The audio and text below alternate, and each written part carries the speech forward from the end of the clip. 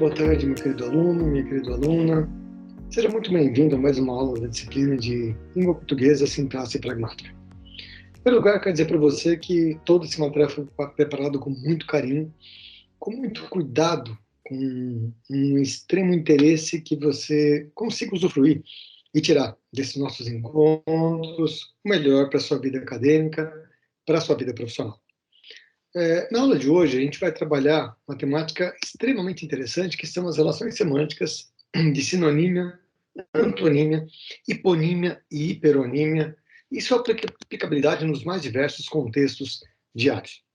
Eu queria chamar a atenção a você, antes de começar a nossa aula, para que você, em primeiro lugar, leve a sério e leve também com muita consideração a possibilidade de você dar uma olhadinha naquele material que está lá separado como material complementar na nossa disciplina, que você faça o exercício, as atividades de autoavaliação, para que nós tenhamos sempre o melhor e consigamos ter efetivamente a melhor produtividade em nossa disciplina. Pois bem, vamos lá. O que tratar, então, nessas relações semânticas de sinonímia, antonímia, hiponímia, hiperonímia, na prática? Em primeiro lugar, eu queria esclarecer a você que todo estudo das relações de sinonímia, antonímia, hiponímia e hiperonímia, ela está sempre vinculada à semântica lexical, que compõe efetivamente a semântica estruturalista. Que exemplo de Saussure se preocupava muito mais com a linguagem e não com as coisas. Ou seja, quando eu falo coisas, entendamos com o mundo real. Ou seja, a nossa preocupação aqui, dentro da condição da semântica lexical, é analisar os sintagmas e nos preocuparmos, numa condição estrutural, com os desdobramentos que isso pode ter para a nossa vida diária. Efetivamente, um dos pontos mais importantes, ou um dos conceitos mais preliminares dentro da semântica lexical, é entender que as palavras sempre são definidas umas em relação às outras. Ou seja, eu não posso pegar a palavra neutra. Eu não posso pegar a palavra lá no dicionário, onde ela tem as possibilidades de antônimo, e tentar isolá-la sem perceber o contexto, ou seja, que tipo de sentido, que tipo de intenção, que tipo de ideologia, de significado ela desempenha uma em relação à outra. Para exemplificar um pouquinho essa lógica, a gente vai cair de cabeça agora na relação de sinônimo. E pelo ponto eu já sei que você deve estar se perguntando aí, pô, professor, mas na escola eu aprendi que sinônimo era uma palavra que tem o mesmo significado que outra. Isso não é verdade? Cara, desculpa te frustrar agora, mas é preciso um pouquinho mais do que isso, ou seja, sair dessa redução, de certa forma, folclórica, para entender o que significa um sinônimo. Vamos deixar um pouquinho de lado essa redução teórica que nós a vida inteira escutamos e vamos entender que uma palavra pode ser considerada sinônimo de outra apenas quando, e somente quando, existe a possibilidade de substituição de uma pela outra em um determinado contexto, sem alteração de sentido. O que significa isso? Vamos pegar um exemplo prático. Se você pegar no dicionário a palavra agradável, você vai encontrar a palavra aprazível, deleitoso, gostoso, suave, como sinônimo de agradável. Lembra aquela história de uma palavra sempre estabelecer uma relação de significado ou de sentido a partir de uma outra? Então, pois bem, pensemos assim. O Ludovico é uma pessoa agradável. Legal. O Ludovico é uma pessoa aprazível. É uma pessoa deleitosa, uma pessoa gostosa, uma pessoa suave.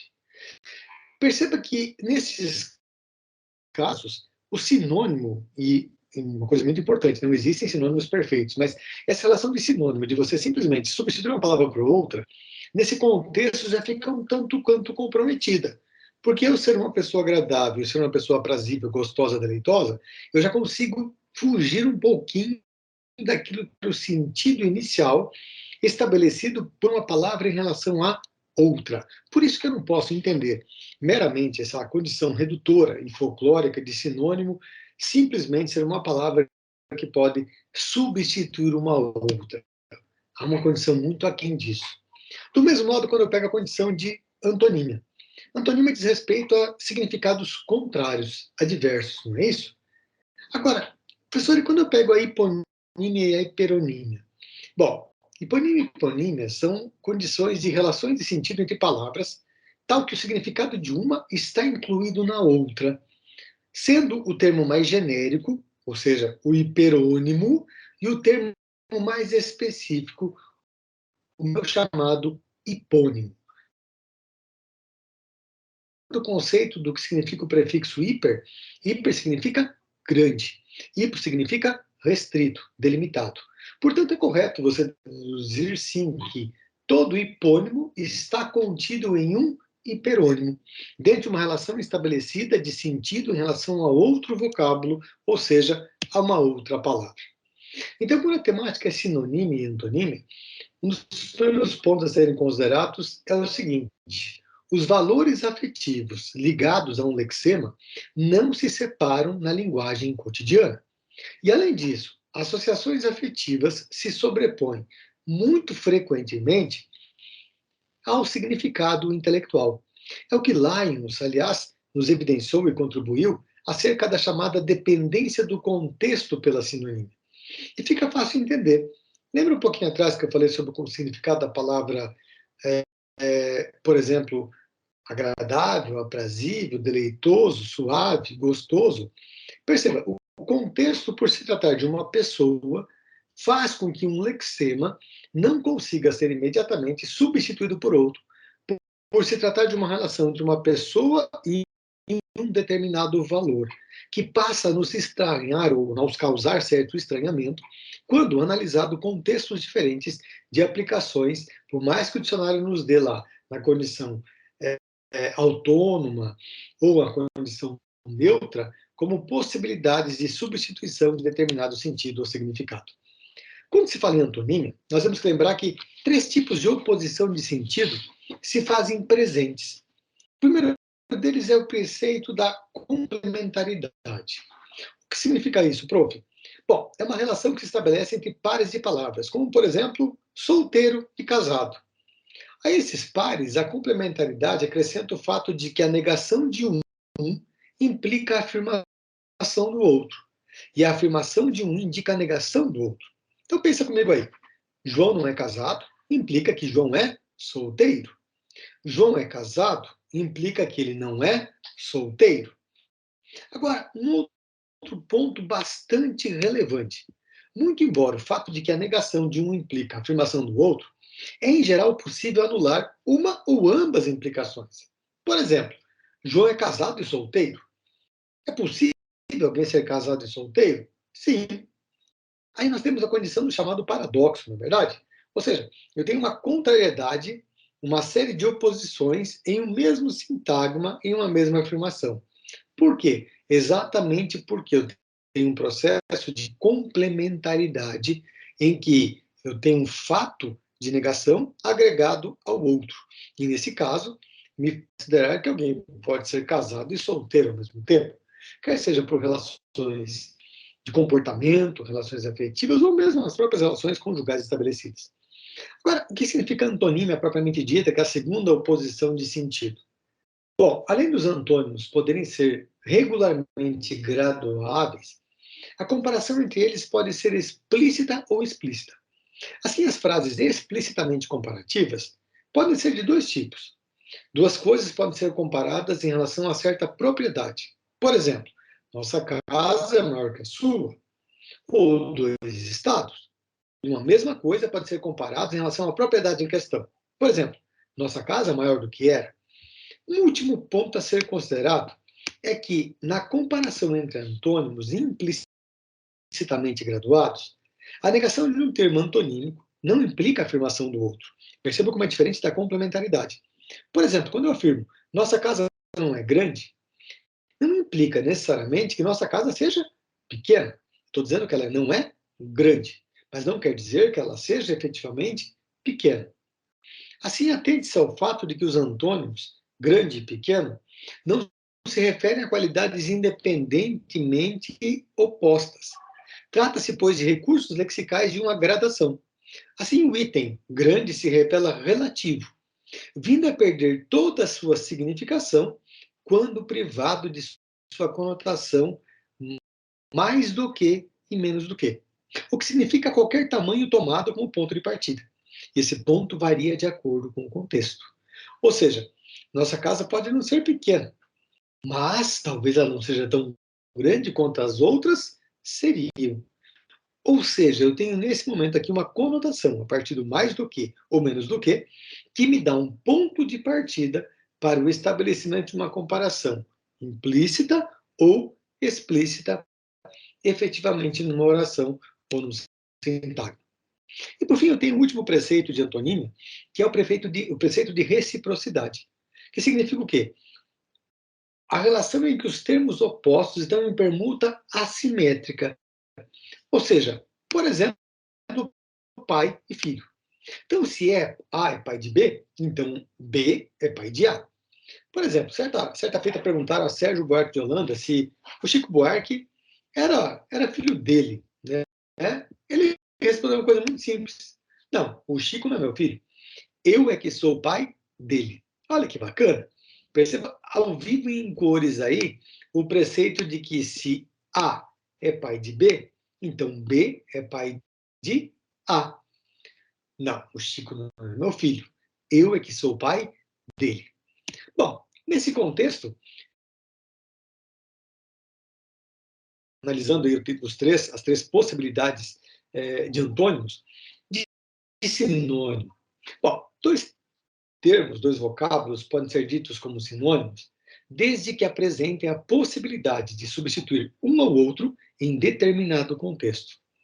Assim, novo, por exemplo, é sinônimo de jovem, já que no contexto homem novo, eu poderia muito bem trocar por jovem. Homem novo e jovem teriam, nesse contexto, significados que são o quê?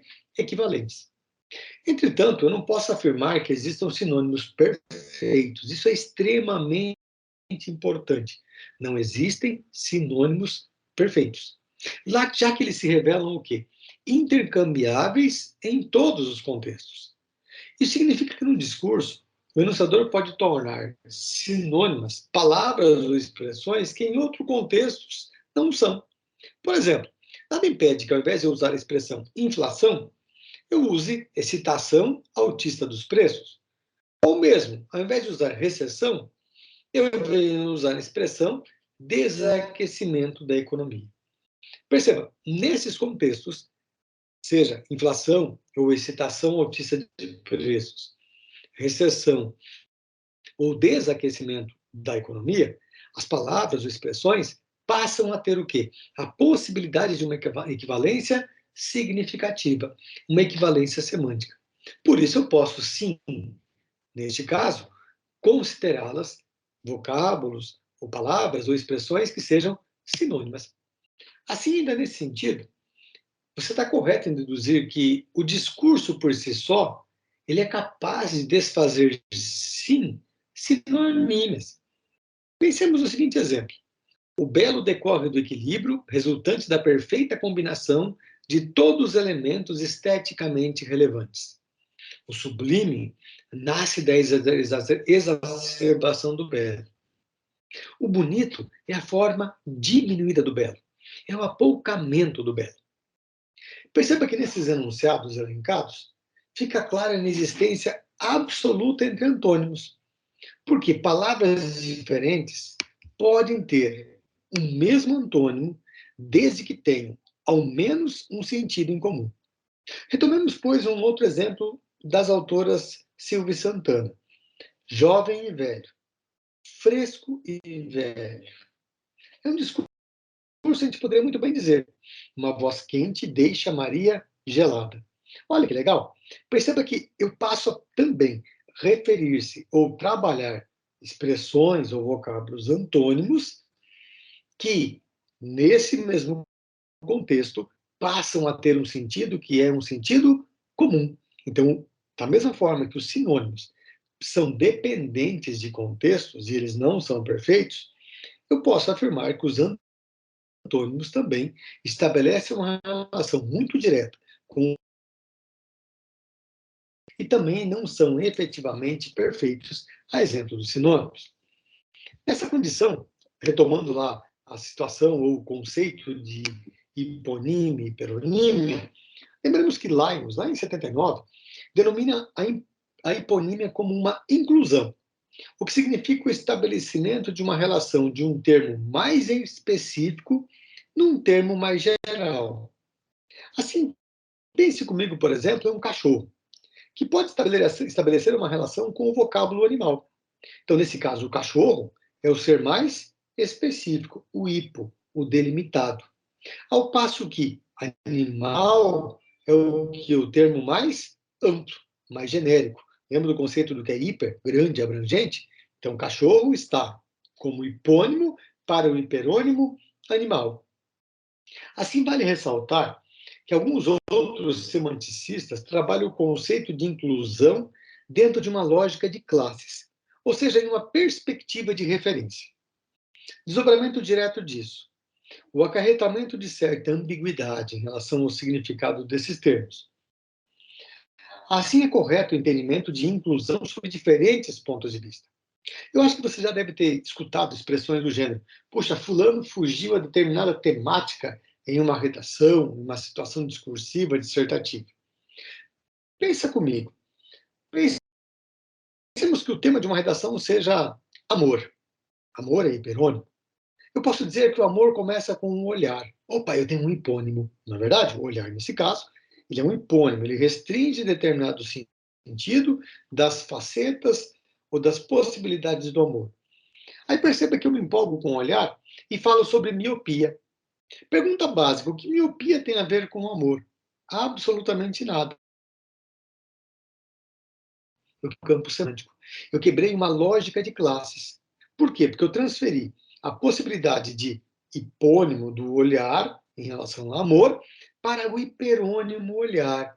E aí, nesse caso, a condição da cegueira virou um hipônimo do olhar. Ou seja, eu quebrei uma lógica de classes, eu quebrei uma perspectiva de referência. Então, quando eu analiso o conceito de inclusão, eu preciso entender que inclusão pode ser considerada como uma extensão de um termo que é a classe de entidades a que ele é aplicável, ou a que ele se refere. Ou também pode ser considerado como a compreensão de um termo, que é o conjunto de atributos que caracterizam qualquer entidade a que ele é corretamente aplicado.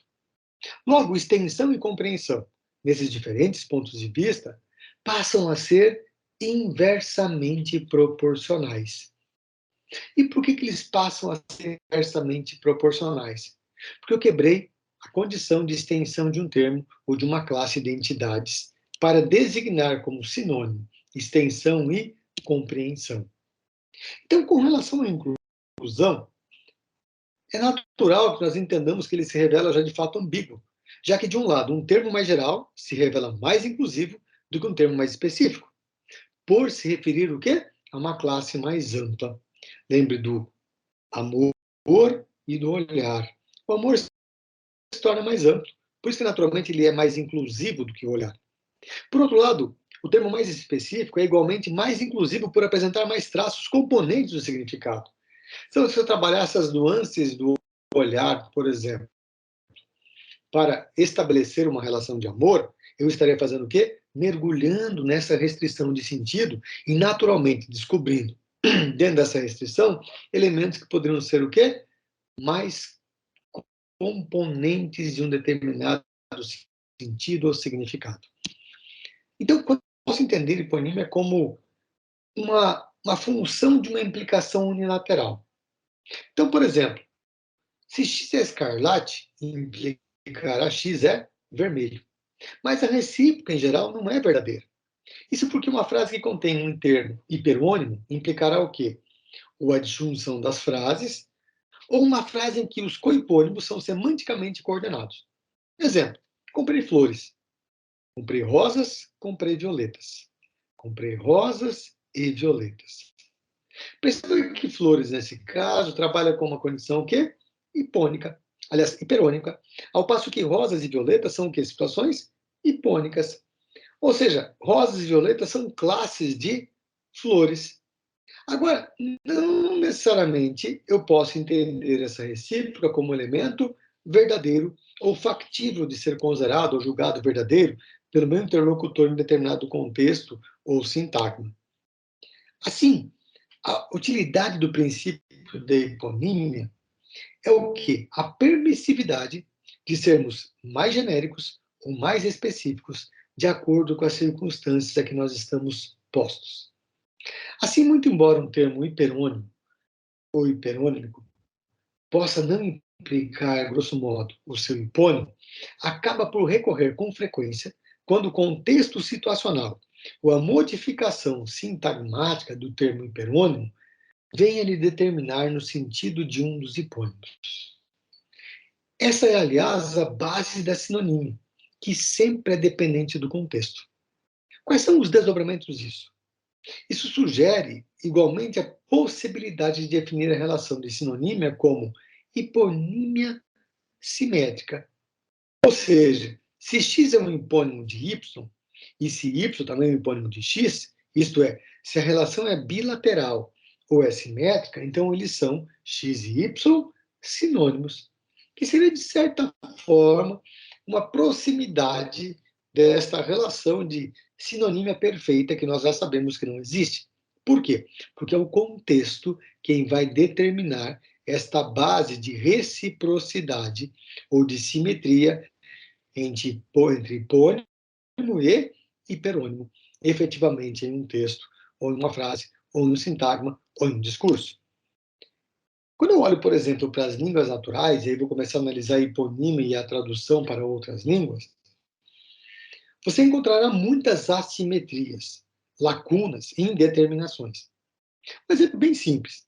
Não é em inglês um termo específico, um termo hiperônimo, de que sejam coipônicas todas as palavras para cores. Então, se vermelho é colorido, colorido se opõe a branco e é transparente em determinados contextos.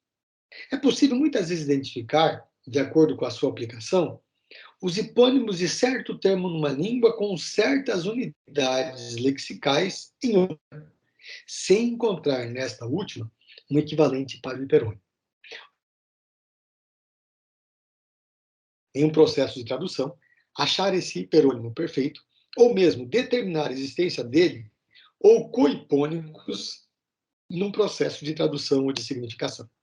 Aliás, se você lembrar de uma música fantástica do Raul Seixas, olhe, olhe o trem, vem surgindo de trás das montanhas azuis, olhe o trem. Quem vai chorar? Quem vai sorrir? Quando você pega essa tradução de Raul Seixas, muito embora ele mesmo a tenha feito, você vai ter a impressão que se trata de uma outra música, porque não teve como trazer para o mesmo contexto do que significa o trem, numa relação da língua portuguesa, o que ele representa para nós em termos de sentido, de vivência, para uma língua como a língua inglesa.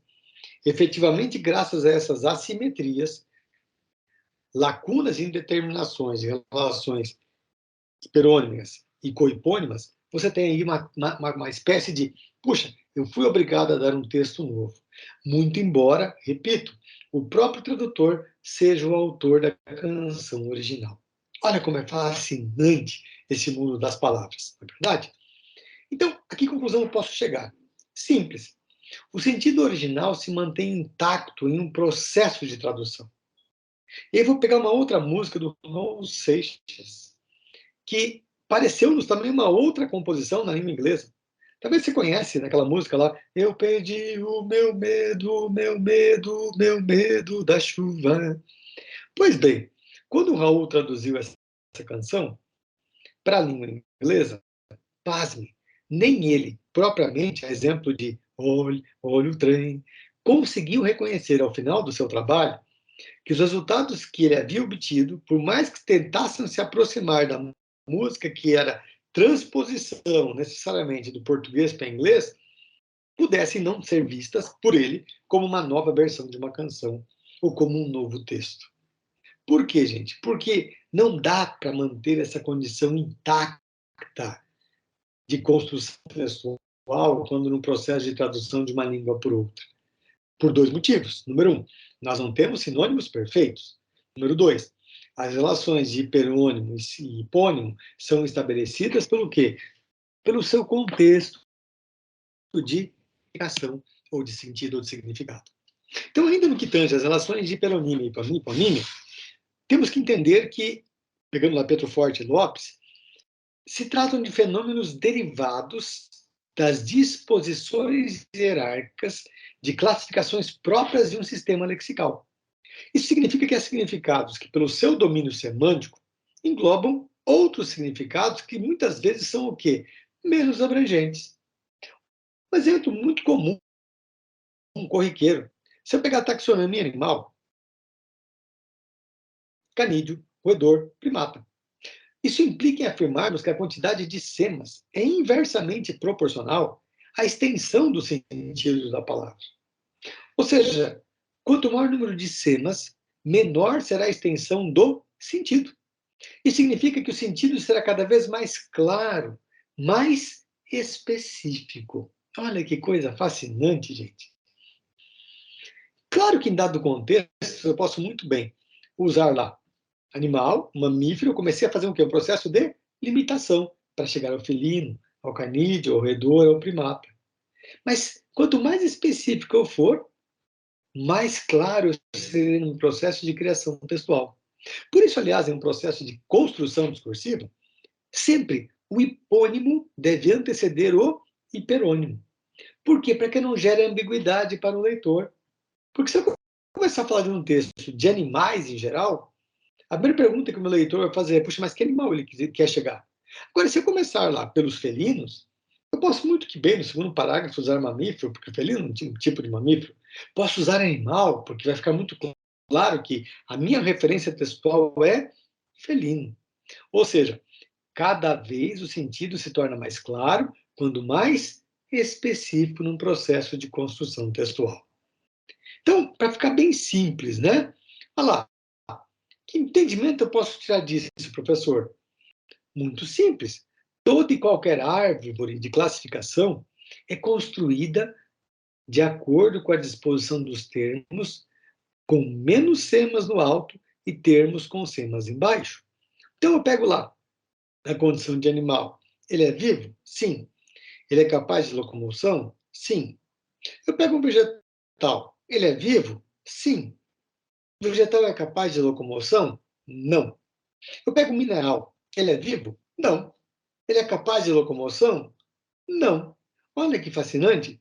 Perceba que eu começo a fazer uma disposição de modo que eu perceba que quanto menos semas no alto, mais semas nós temos abaixo, nesse processo de construção de árvores significativas ou do estabelecimento de relações hiperonímicas e hiponímicas. Lembrando que hiper significa o mais abrangente e hipo significa o mais restrito ou mais delimitado. Assim, se a gente buscar lá Silva e Santana, o termo englobante é chamado de hiperônimo dos demais. Os englobados são chamados de hipônimos. Essa organização sêmica é construída pelo discurso. Então, quando eu pego lá animal, puxa, é o elemento mais englobante. Agora, o que está englobado no animal? Réptil, aves, mamíferos. Agora, quando eu pego especificamente lá os mamíferos, o que está englobado em mamíferos? Roedor, felino, primata. Perceba que toda essa construção de englobar ou não englobar, de ser um elemento englobante ou englobado, do estabelecimento de sentidos, construído do quê? De uma relação contextual. Se você lembrar, algumas aulas atrás, nós falamos sobre contexto, né? O que é contexto? É tudo que não está no texto, mas interfere em seu significado. São os nossos referenciais construtivos de sentido para um texto. Então, naturalmente, se eu começo um texto falando sobre primatas, eu posso muito bem substituí-los por mamíferos, mas não posso substituí-los por aves, porque é um processo excludente. Mas eu posso, falando de mamíferos ou de primatas e mamíferos, muito bem retomar o conceito de animal, porque o contexto me permite essa organização cênica. O discurso se torna válido, verdadeiro e passível de compreensão para o seu leitor. Então, quando eu olho sobre o tratamento conceitual das ações de sinonímia, antonímia, hiponímia, hiperonímia, eu posso definir sinônimo, retomando lá a cereja de Magalhães, como o quê? Palavras cujos sentidos podem ser aproximados, de modo que podem substituir umas pelas outras em diferentes contextos. Do mesmo modo, é factível o entendimento de que não existem, de fato, sinônimos perfeitos. De modo que, a título de ilustração, corriqueiramente a gente escuta por aí que fulano foi furtado ou roubado, como se fossem elementos sinônimos. Entretanto, quando eu pego lá o conceito, o contexto jurídico, roubo designa uma situação em que a vítima teve subtração de um bem, tendo sofrido algum tipo de violência. O meliante violentou esta vítima quando praticou esse crime. Então, eu não poderia, grosso modo, dizer que, puxa, João foi roubado, roubaram seu celular na frente de casa, se não houve um ato de violência contra ele. Na verdade, João teve seu telefone furtado. Perceba como esta aproximação, esta generalização, ela nos permite aí sim compreender muito que plenamente a relação de inexistência de possibilidades de sinônimos perfeitos. E principalmente eu preciso analisar os referenciais contextuais, e nesse caso a linguagem jurídica, que se trata de um crime, para estabelecer a minha afirmação de que eu fui roubado, se eu sofri violência, e eu não tenha sido furtado, que grosso modo é o que se passa com as pessoas quando têm seus telefones subtraídos aí pelas ruas. Perceba que eu falei agora a palavra subtraído. Então eu poderia muito bem usar como hiperônimo de furto a subtração. Mas não caberia validação de hiperônimo de furto o roubo, porque se eu não sofri violência, eu não posso ter sido roubado. Eu tive uma subtração de um bem, ou eu fui furtado daquele determinado bem, quando o meliante passou por mim e levou, carregou o meu celular e foi-se correndo embora lá, e eu que fiquei lutando para tentar comprar um novo telefone, fiquei amargurado e triste com o que se passou na minha vida. Então, quando eu olho para os antônimos, partindo dos mesmos estudos de Cerejo de Magalhães, e tão difícil como haver um par de sinônimos perfeitos, existir um par de antônimos perfeitos. Desse modo, um objeto velho, por exemplo, pode ser oposto a um objeto novo. Agora, dizer que um objeto é menos velho, em certos casos, pode ser equivalente a dizer que ele é mais novo, o que tornaria essa antonímia relativa entre novo e velho. Olha que interessante. Um objeto velho pode ser o oposto de um objeto novo. Agora, dizer que aquele objeto é menos velho não quer dizer que ele seja opostamente de velho. Talvez ele simplesmente seja o quê? Seja mais novo do que um outro determinado elemento, e, portanto, a minha relação de antonímia, a partir daí, em função desse contexto de aplicação, venha a cair por terra. Então, quando eu olho sinteticamente para o conceito de sinônimo, primeira coisa importante, eu preciso encontrar semelhanças de sentido. Então, por exemplo, gordo e obeso, esbelto e magro. Eu tenho relações de sentido próximas, ainda que não sejam perfeitas, na verdade, porque obeso é muito mais formal do que gordo, como esbelto é muito mais formal e nos soa muito melhor do que magro. Quando eu olho para a relação de antonímia, eu tenho uma relação do quê? De oposição de sentido. Exemplo, gordo e magro, bonito e feio, alto e baixo. Perceba, eu não tenho mais semelhança.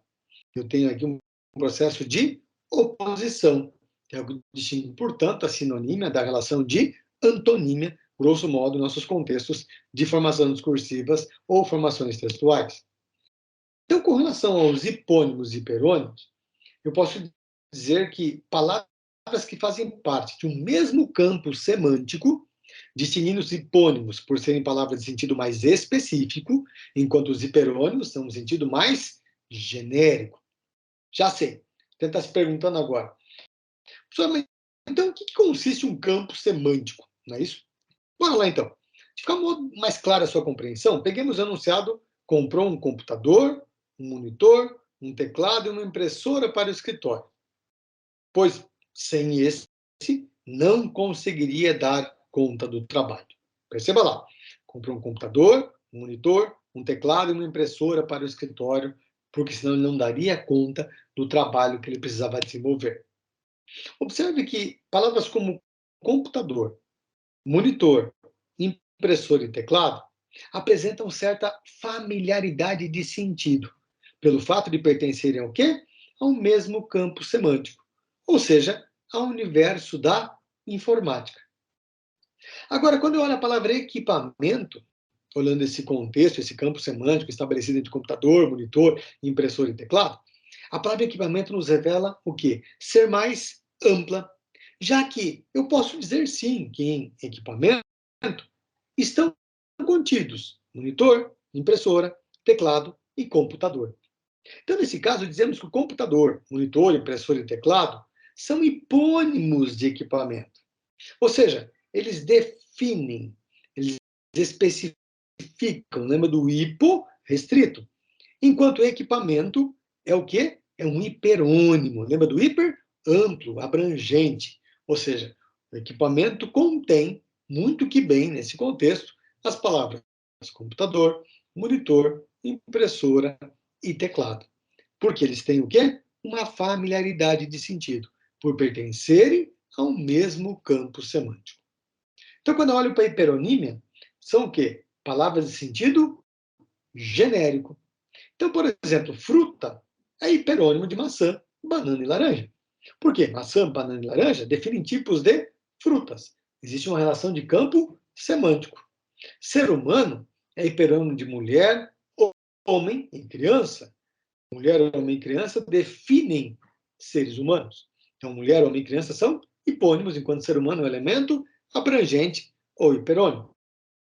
Voltemos lá. Maçã, banana e laranja são hipônimos de fruta. Mulher, homem, criança são hipônimos de ser humano. E, naturalmente, lembrando aquele conceito de aplicação textual, eu vou sempre iniciar a minha construção textual pelo hipônimo, para depois fazer o quê? A substituição por um hiperônimo. E o que vai me permitir isso? As relações de campos semânticos ou famílias de ideias que o texto e o próprio contexto vão me alinhavando, ou me aproximando, ou vão me revelando ao longo do meu processo de leitura. Então, a título de ilustração aqui. Vamos pegar uma tirinha do Walt Disney aqui do Mickey, né? Abracadabra, você está no meu poder e não vai comprar nada. Vamos à cidade fazer um teste, diz o Mickey para mim, né? Sapatos, fala ele. Ela fala, não. Vestidos, ela fala, não. Ele fica todo feliz lá. Opa, está funcionando. Presentes, ela fala, não. Liquidação, tudo pela metade do preço. A Mini fica toda eufórica e está lá, comprar, comprar, comprar. Então, se consideradas as relações estabelecidas entre compras, sapatos, vestidos e presentes, percebemos que no contexto compras é empregado em sentido genérico, ao passo que sapatos, vestidos e presentes têm um sentido específico. Então, sapatos, vestidos e presentes estão contidas em compras, caracterizando, por sua vez, uma relação de hiperonímia. Compras é um hiperonímio. E a hiponímia vai ser o quê? Sapatos, vestidos e presentes. Isso porque as palavras sempre são definidas umas em relação às outras. E essa definição de uma em relação às outras, essa costura significativa, se dá pelo quê? Pela construção de campos semânticos, ou por uma estrutura dorsal significativa, um eixo temático dorsal que permite que nós estabeleçamos esses processos de sentido ou de significação. Enfim, querido, isso é o que preparei para vocês nessa aula de hoje. Mas eu não paro por aqui, não. Lá no seu material complementar tem uma leitura extremamente interessante que eu separei para você exatamente para você mergulhar a fundo nas relações de sentido. Ou seja, nos hipônimos, hiperônimos, nos sinônimos e nos antônimos. Há, inclusive, algumas atividades bem interessantes para você ver na prática como isso acontece em nosso cotidiano, em nossa vida diária, e como muitas vezes nós fazemos uso, lançamos mão disso, sem nos atentar que estamos nesse processo de construção de campos semânticos, de estabelecimento de sentidos de uma palavra, sempre em relação à disposição que uma outra exerce, ocupa em determinado texto ou determinado contexto. Então, veja lá, eu quero que você continue se dedicando com muita vontade, hein? Eu estou fazendo a minha parte, preparando o material com muito cuidado, com muito zelo, o design fazendo um trabalho bacana, o pessoal da edição de vídeos, mas você precisa fazer a sua parte também. Quer fazer o quê? As atividades. Olhar lá as suas atividades de autoestudo, resolvê-las, olhar lá as indicações de leitura, visitar a minha biblioteca e, obviamente, anotar, questionar, participar da tutoria, porque aí sim você vai estar levando a sua formação a sério. Beleza? Fico por aqui hoje, aguardo você para a nossa próxima aula. Um grande abraço e, força lá, hein? Vamos estabelecer uma relação de sentido e significado diferentes. Eu quero que você não saia dessa disciplina da maneira que você entrou. Beleza? Gratidão. Até nosso próximo encontro.